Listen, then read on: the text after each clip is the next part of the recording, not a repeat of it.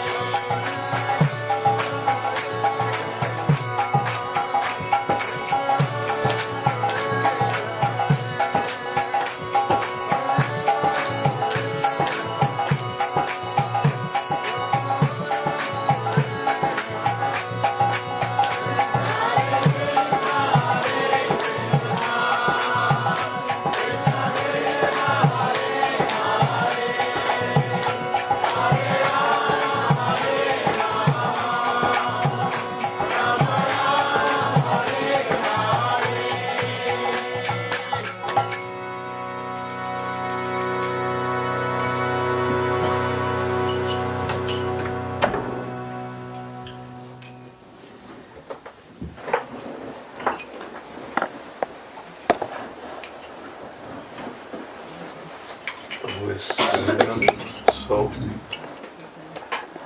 this evening we have His Holiness Dhirasanta Maharaj, who is going to be giving a presentation to everyone, but the presentation is the garlands can wait. Okay? The presentation is going to be in a different room. It will be upstairs, but before we move upstairs, he's going to introduce the topic down here, and then afterwards, because we're dependent upon the video screen, which is upstairs, move upstairs, and it will continue there. And, you're going to introduce the topic, is that what it was? Okay.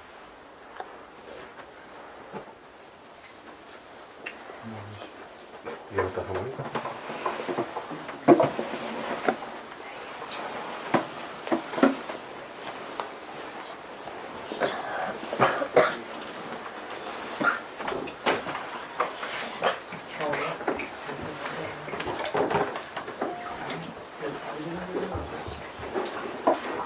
Madhyadumanandasya janandana samakaya chaksuramritam jena tasmai Shri Gurave Namaha Shri Chaitanya Manobhishtam Stapitam Yena Bhutale Swayam Rupa Gadamayam Dadati Swavadam Chikam Vansha Kalpatu Vyasya Kripa Sindhu Vacha Patitananam Bhavani Shri Krishna Chaitanya Shri Advaita Shivasari Gaura Hare Krishna, Krishna Krishna, Hare Hare Hare Rama, Rama Rama, Hare Hare.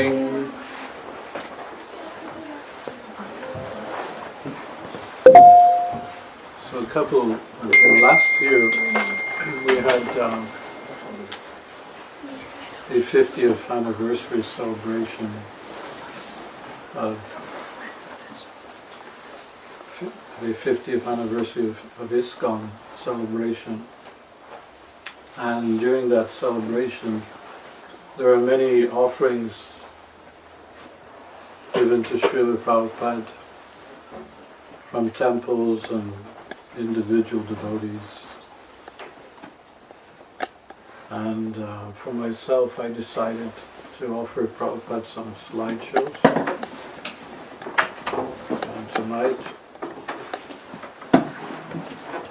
I want to show one of these slideshows which I prepared. The slideshow is called Atma in Transit, or another name, Traveler's Nightmare. Atma in Transit means, just like when you're on a journey, you're taking a flight to Los Angeles, but you stop in New York on transit.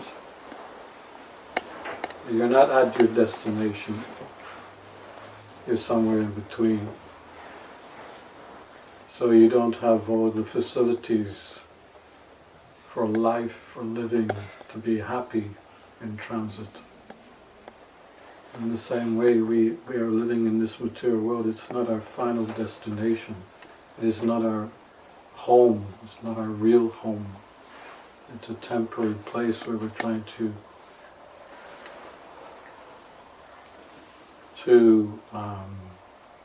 exercise that little bit of independence that Krishna has given us, because he doesn't force us to serve him. So he's given us some independence to choose whether we want to serve him or not. And we have chosen to take that independence and try to compete with Krishna's enjoyment in the spiritual world.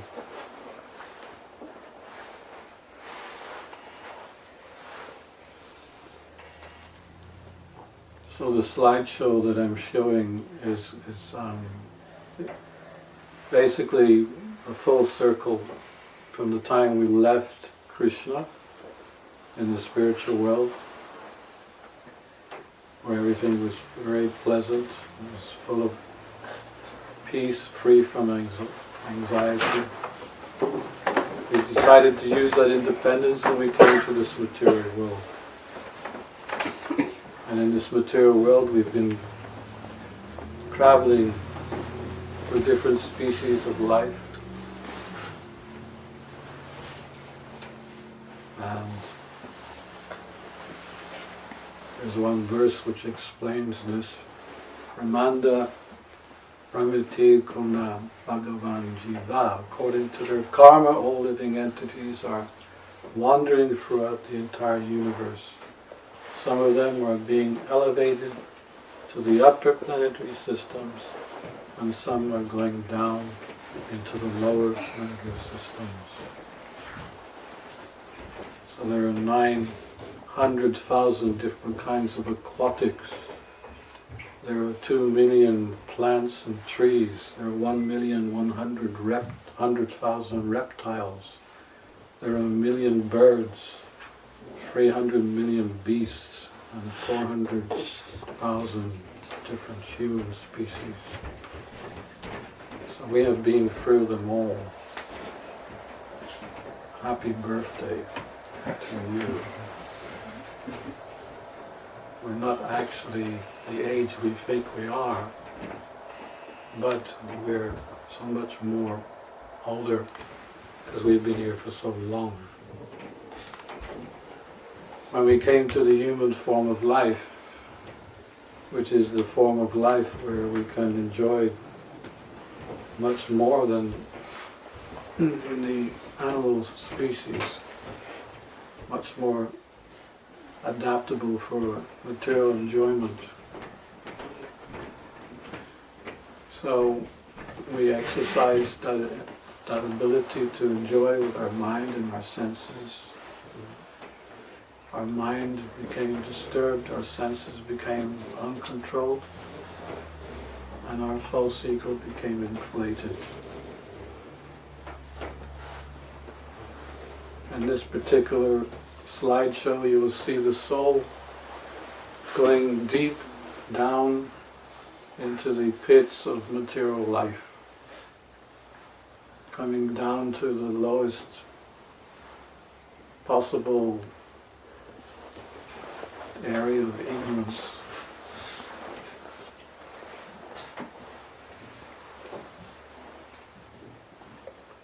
So this is the very nature of the material world. It's very entangling. The three modes of material nature. Material nature is very harsh. There are plenty of shock treatments to be had, one after another. And in amongst all that, we developed attachment for things around us. There's a nice story in regards to material attachment. Narada Muni was on his way to Vaikuntha, and he was passing through some fields and he saw one merchant. His name was Kailash. And he stopped and spoke to Kailash. He said, Kailash, I understand that you're a merchant, and I understand you're busy in this world, but I'm going to Vaikuntha right now, and if you like, you can come with me. So Kailash said, well, thank you very much. It's a very nice offer, but I have responsibilities. I have a wife and I have 2 sons, and I have my business which I haven't finished yet developing. Perhaps at a later date I will come with you. Can you come back and see me at a later date? So Narada Muni said, okay, I'll come back. And Narada Muni did come back. He came back when Kailash he was an old man. He had grey hairs, his teeth were popping out. He was at the fag end of life.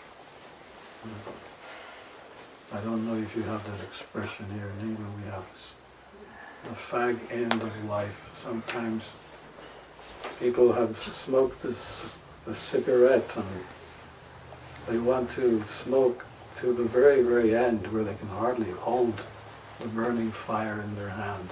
And this is what happens here in this material world. Because of attachment, we hold on. And this is what Kailash did. He held on. Because when Narada Muni came back and said, okay, Kailash, your time is nearly up. I'm ready to take you. I'm ready to take you home. But Kailash was so attached that he said, I'm sorry, Narada Muni, but I cannot come with you because now I also have a couple of grandsons. And I have this and I have that. I need to find that this business has not been developed enough yet that I can say that I've completed my life circle. So Narada Muni tried to persuade him, but Kailash was adamant about staying. So Narada Muni left him. But Narada Muni, he's one of the topmost preachers within this universe. He doesn't take no for an answer. And if he wants to deliver someone, he will deliver them. So he came back again one day, and he was looking for Kailash. He knocked on the farm door, and one of his sons answered. And he asked, where is your father, Kailash? And one of the sons said, well, we have some grave news. Our father, he left this world 15 months ago. And Narada Muni said, oh, I'm sorry to hear. Please accept my condolences. And as Narada Muni was leaving the house and walking down the garden path, one dog started to bark. Rauf, Rauf, Rauf. Narada Muni, Rauf, Rauf. I am Kailash. Rauf, Rauf. Do you say Rauf, Rauf here? You know, in different countries they say it differently. You say Rauf, Rauf? Rauf, Rauf.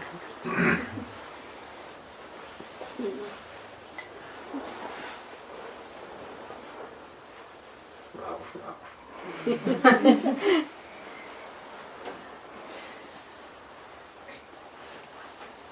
And Narada Muni looked down and he saw the dog. Kailash? What are you doing in the body of a dog? So Kailash the dog said, my sons are not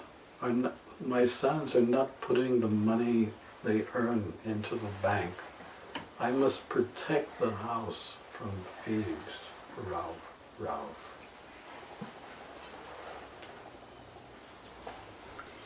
Narada Muni said, okay, Kailash, even in the body of a dog I will deliver you. Let's go. But again, Kailash the dog, he was too attached. And he refused to come with Narada Muni. Again, Narada Muni came back years later, and he was looking around for Kailash the dog. And he was nowhere to be seen. He knocked on the farm door and he said, oh, I just thought I'd pass and say hello.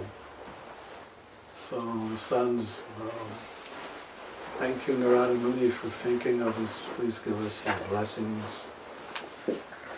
Narada Muni said, oh, by the way, last time I was here, I met one dog. Is your dog still here? And one of the sons said, oh no, that dog, he has left his body about 9 months ago. And Narada Muni was thinking, oh, where's Kailash gone now? And as he was walking through the fields, the grain fields, he heard a sound within the bushes of the grains.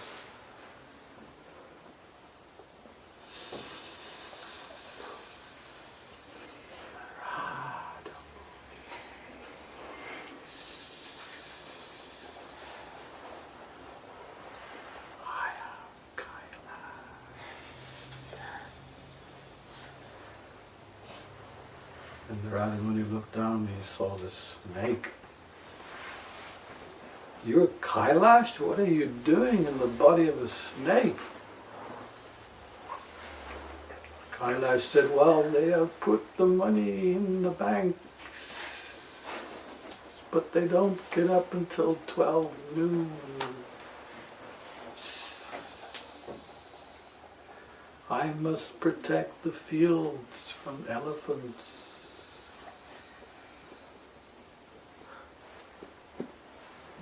Kailash, the snake, was so attached that even in the body of the snake he was protecting his old fields.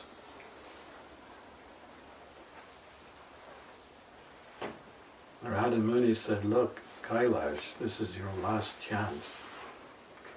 I can deliver you even in the body of a snake. Let's go." But again, Kailash, he declined the offer, giving so many excuses. For Narada Muni, that was it. That was enough. He clapped his hands 3 times and he shouted, "Haribo! Haribo!" Kailash's sons came running out of the house. "What's wrong, Narada?" "You got a snake in your field." "Okay, we're coming." So they came with sticks and they started to beat Kailash, the snake. And Kailash, the snake, was trying to communicate. "I am your father." But the more Kailash hissed, the more the sons beat Kailash till he was dead.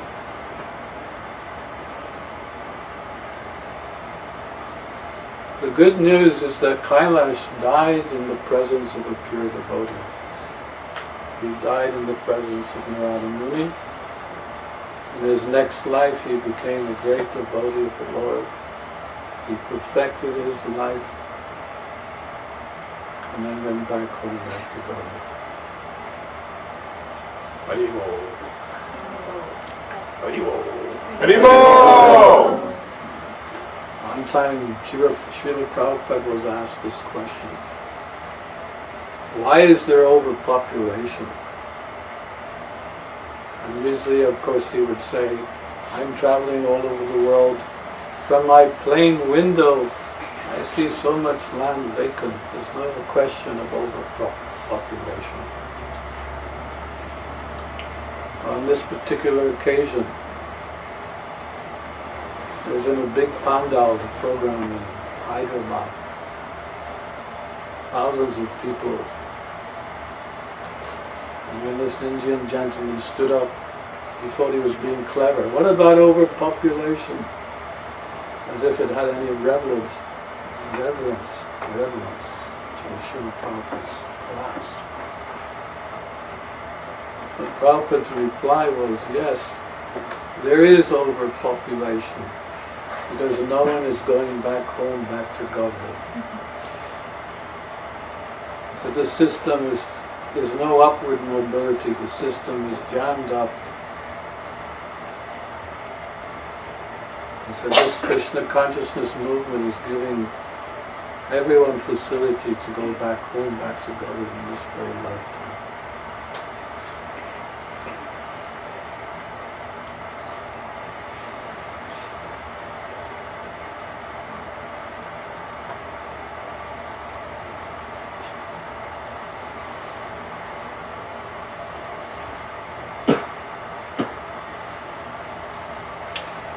There's a couple of songs here which I'd like to... This is a song by George Harrison. It's called Any Road. But I have been traveling on a boat, on a plane, in a car, on a bike, with a bus and a train. traveling there, traveling here, everywhere in every gear. But oh Lord, we pay the price with the spin of a wheel, with the roll of the dice. Yeah, you pay your fare. And if you don't know where you're going, any road will take you there.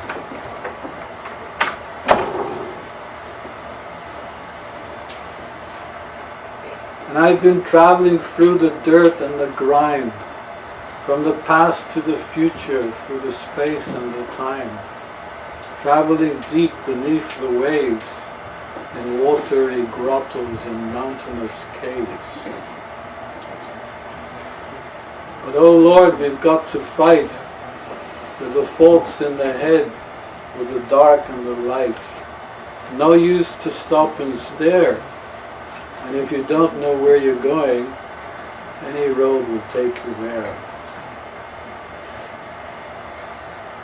You may not know where you came from, may not know who you are, may not have even wondered how you got this far. I've been traveling on a wing, on a prayer, by the skin of my teeth, by the breath of a hair, traveling where the four winds blow, with the sun on my face, and the ice and the snow. But ooh-wee, it's a game. Sometimes you're cool, sometimes you're lame. Yeah, it's somewhere, and if you don't know where you're going, any road will take you there. I keep traveling around the bend. There was no beginning, there is no end. It wasn't born and never dies. There are no edges, there is no sides. Oh yeah, you just don't win. It's so far out, the way out is in. Bow to God and call Him Sir, but if you don't know where you're going, any road will take you there. So this is Traveler's Nightmare. Traveling all over the universe in different situations and species of life. And the other song I want to read is specifically in the human form of life. This song is the sad tale of my human life. With age I am humbled, deprived of success. I weep as my hollow life leads me to death, lamenting the decades of unpardoned strife. I hereby submit the sad tale of my life. Alive in the womb of unbearable night, I lay in a bag with no air and no light. Then pushed from the darkness in shock and in pain, a network of fantasies had covered my brain. I simply surrender, no more will I moan. My Lord, I am fallen, oh please take me home. I laughed as a child in my relatives' laps. Parental affection had strengthened the trap. I drew and I studied each mundane event. So proud and so learned, now both I repent. Then eager for money, a household and a wife, I took on the burden which drained me for life. And time gone forward, how dearly it cost. Life's progress had halted intolerable loss. Bewildered and angered, my worldly desire, my selfishness grew and consumed me like fire. For the greatest of pleasure I put into pain those others whose flourishing had threatened my gain. And now I am humbled, diseased and downcast. My senses and feelable enjoyment has passed. An old man with fever in constant distress, alone and afraid, so afraid of my death. Who's the author? Guru Krishna Prasad by Bhakti Latovich. Out of many millions of wandering living entities, one who is very fortunate gets an opportunity to associate with a bona fide spiritual master by the grace of Krishna. By the mercy of both Krishna and the spiritual master, such a person receives the seed of the creeper of devotional service. So you will see in the slideshow that the soul, having gone down to the lowest depth of material life, the super soul within the heart, who is sitting next to the soul, he took pity on this particular soul and delivered him. He engaged him, he sent his devotees to engage him. He sent his devotee to engage him in devotional service. He perfected his devotional service and then went back home, back to Godhead. So it was full circle. So in 20 minutes you'll see our whole life's existence in the material world. We only wish it was only 20 minutes, but at least you can see it within 20 minutes in the slideshow. For those who are already devotees, I guess most of you are devotees, it will be a reminder of what material life was all about and how we can be grateful for the many gifts that Prabhupada has given us.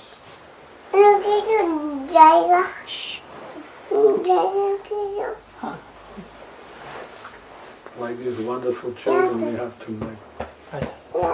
Prabhupada said our children are Vaikuntha children, and we must give them Krishna consciousness as much as possible.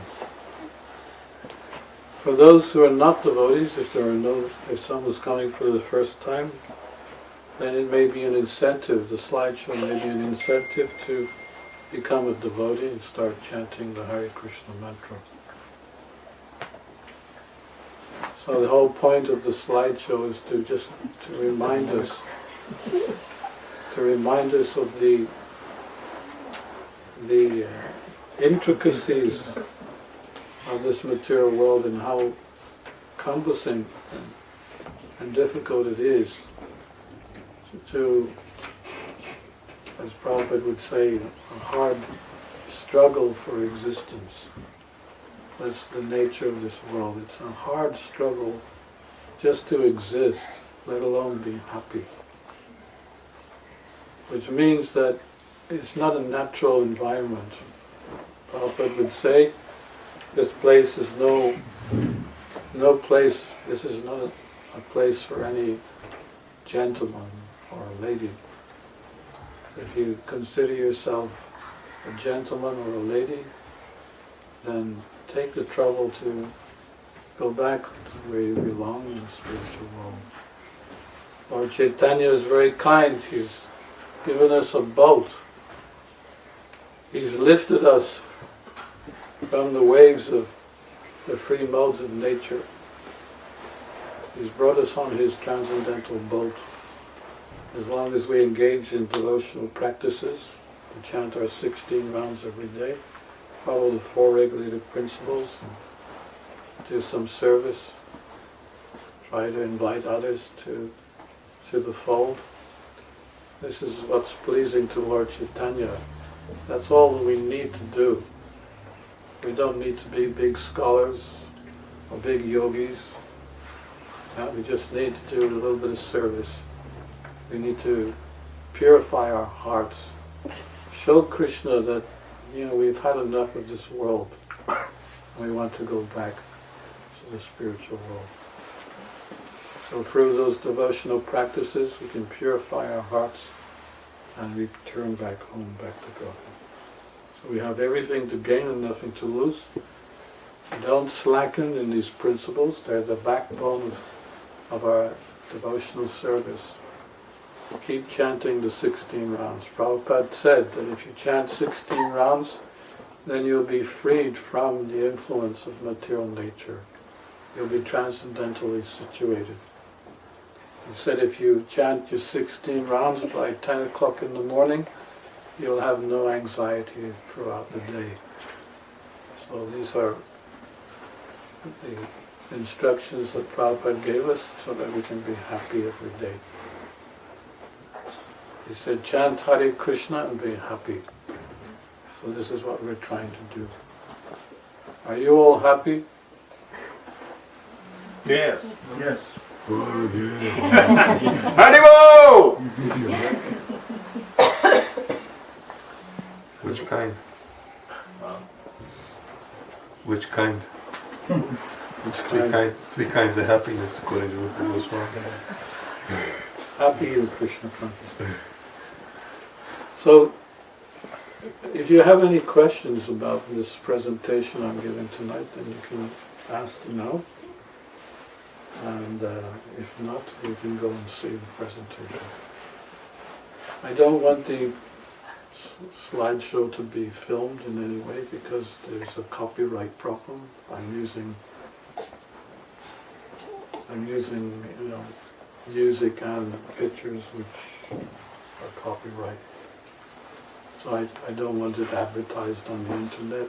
It's just my own slideshow which I show in these kind of occasions where people are coming and trying to understand what is Krishna consciousness.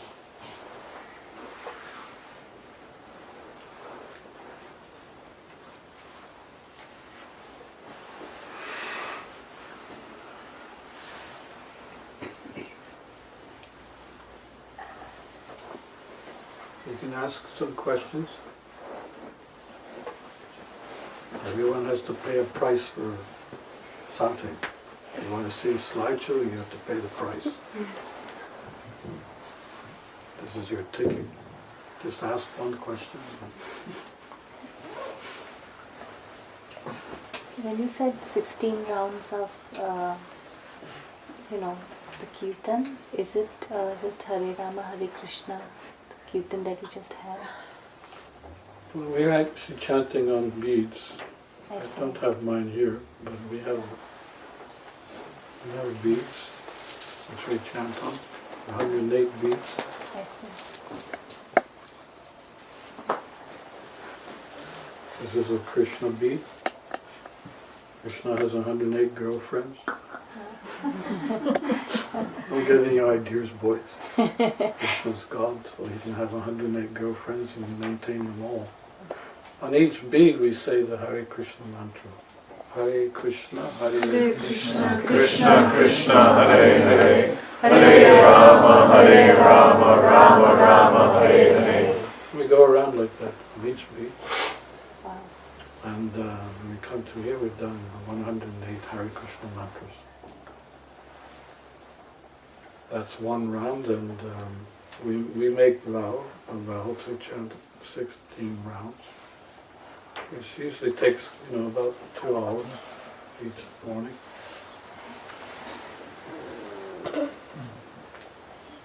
But that is sufficient to keep us, just like wire, there's a wire that, of course there's no electricity going through this, but the electric wire, it's insulated. You will not get an electric shock because you're protected by the insulation. So in the same way, when we chant our 16 rounds every day, we're protected. It is our insulation from the influence of the world around us. And it's not getting better out there. I think you will agree, it's getting worse. Material life is at its peak. And no one is any of the more happier. So we're offering this alternative solution to all the problems of everyday life. You may begin by chanting a couple of rounds. Don't go right into 16. It may not be possible for you to do that. But begin by chanting 2 rounds or 4 rounds. And keep that number each day. Don't go up and down, because that won't help you. And then you may work your way up. In your home you can have an altar like this. Do you have an altar in your house? Yes. What do you have? Yes, I have a temple like. Okay.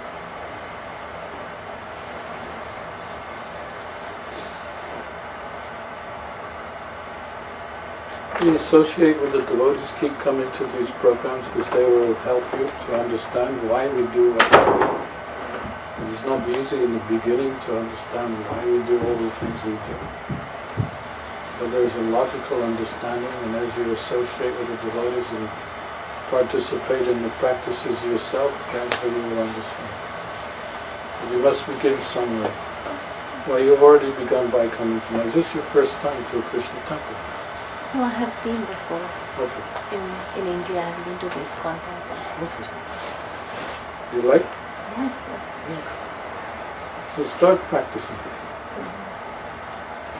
Just try to chant a few rounds of it. So she's got her ticket to the slideshow. Who's next? Any other questions?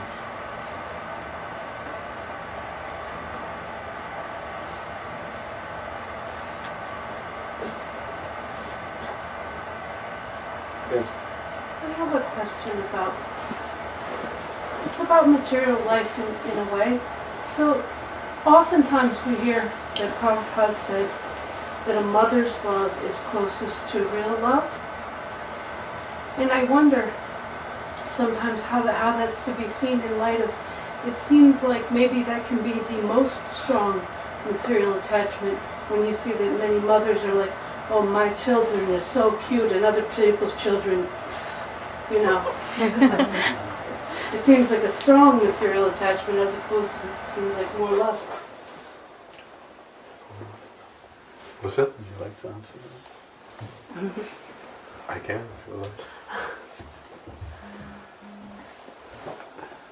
Prabhupada uses that example to illustrate the point that, and I think I made this point the other night, that a mother's love for the child is closest to real love because even though the child may act in a contrary way to the mother will not reject the child generally. And that is the closest example, whatever the motivation, the attachment may be, that's really not the crux of the analogy that's being used.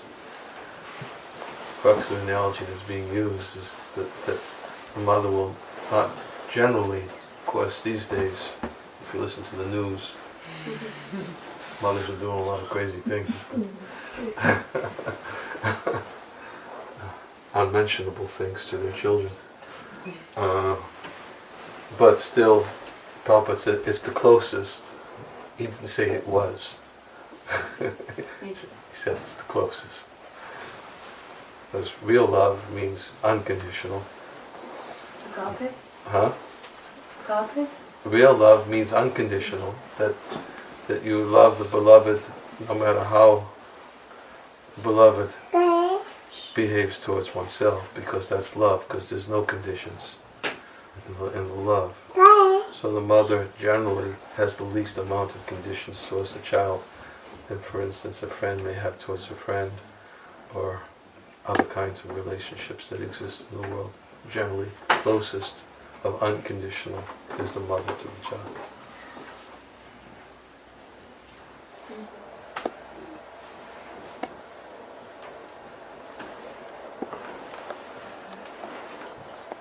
I have one question. I've always been curious about Transcendental Meditation. And when you said that when you do these rounds of, Kirtan, it helps you like to be in a transcendental state of mind? Can you elaborate on that? Yeah, there are three modes of material nature: passion, ignorance, passion, goodness. And when you're under those modes, you have to, every action that you do, there's a reaction for it. So even in the mode of goodness, you may do good, but there's a reaction for goodness. But in the transcendental stage, there's no action and reaction. The example is like a lotus flower. The lotus flower, though it's born in the mud, its roots are in the mud, it flowers it flowers above the water, so it's in a transcendental state. It's not touched by the water. So in the same way,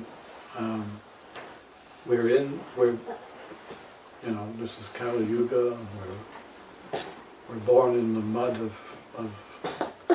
Mama? we're born in the mud of the material world, but through these practices and principles we can transcend to the same position like a lotus flower. So the lotus flower is a symbol of transcendence. So we can also, we see that practically, that through our practices and principles we're not affected as other people are. Of course, if we really want to be affected, we can be affected. But if you're trying sincerely hard to overcome the influence of the material energy, the three modes of nature and Maya, then Krishna will give us all protection.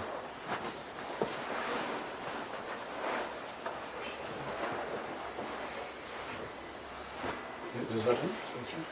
Thank you. In other words, this is a spiritual practice. It's not just an educational system of knowledge, but it's a practical self-realization we're experiencing through the practices and principles. We gain knowledge of ourselves, we gain knowledge of the world, the differences between the body and the soul, and this is all through the mercy of Guru and Krishna. It's a very mystical experience, which is not had by any other kinds of practices that go on in this world. Even if you go to the university and you have a professor who's teaching you so that you can pass a certain degree. You are very patient with your son, aren't you? He's all over the place here.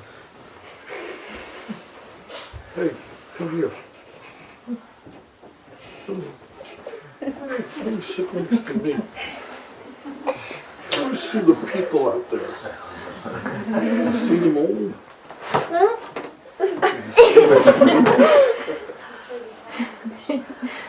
You're the big guru tonight.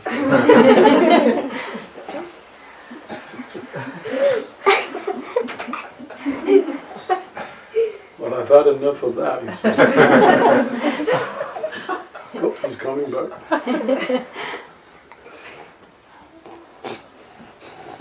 He looks like a very saintly boy. And we see that also in, even in everyday life, that if you live your life properly, you're rewarded with opulence. If you live a life in a very degraded way, then the reaction to that is that there will be a lot of difficulties and complications in your life. The only complication you have is that your son is a little restless. But that's natural, isn't it? Krishna was too. Krishna was also here. Radyada Charati Shresthas.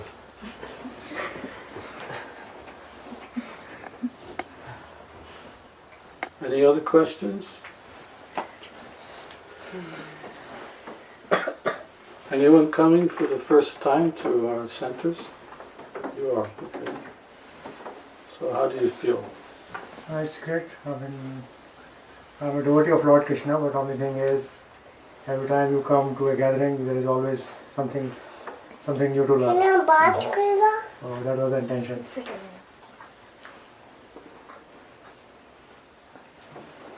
We'll come up now, we'll show you the slideshow. It's a 20-minute, well actually it's a little bit more than 20 minutes, it's a half an hour slideshow. There will be some pictures which are typical of material life, but in order to show exactly what we've been through already,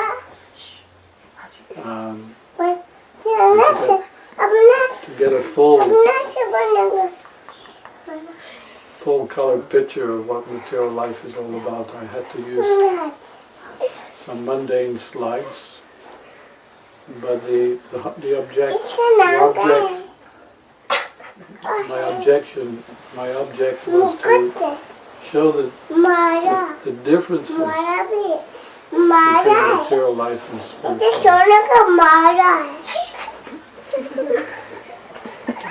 What's he say? It's his garment.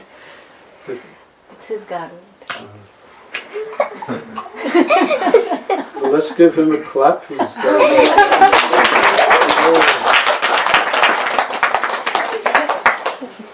Please. Oh, he's not dead now. I'm sorry. Oh no, God.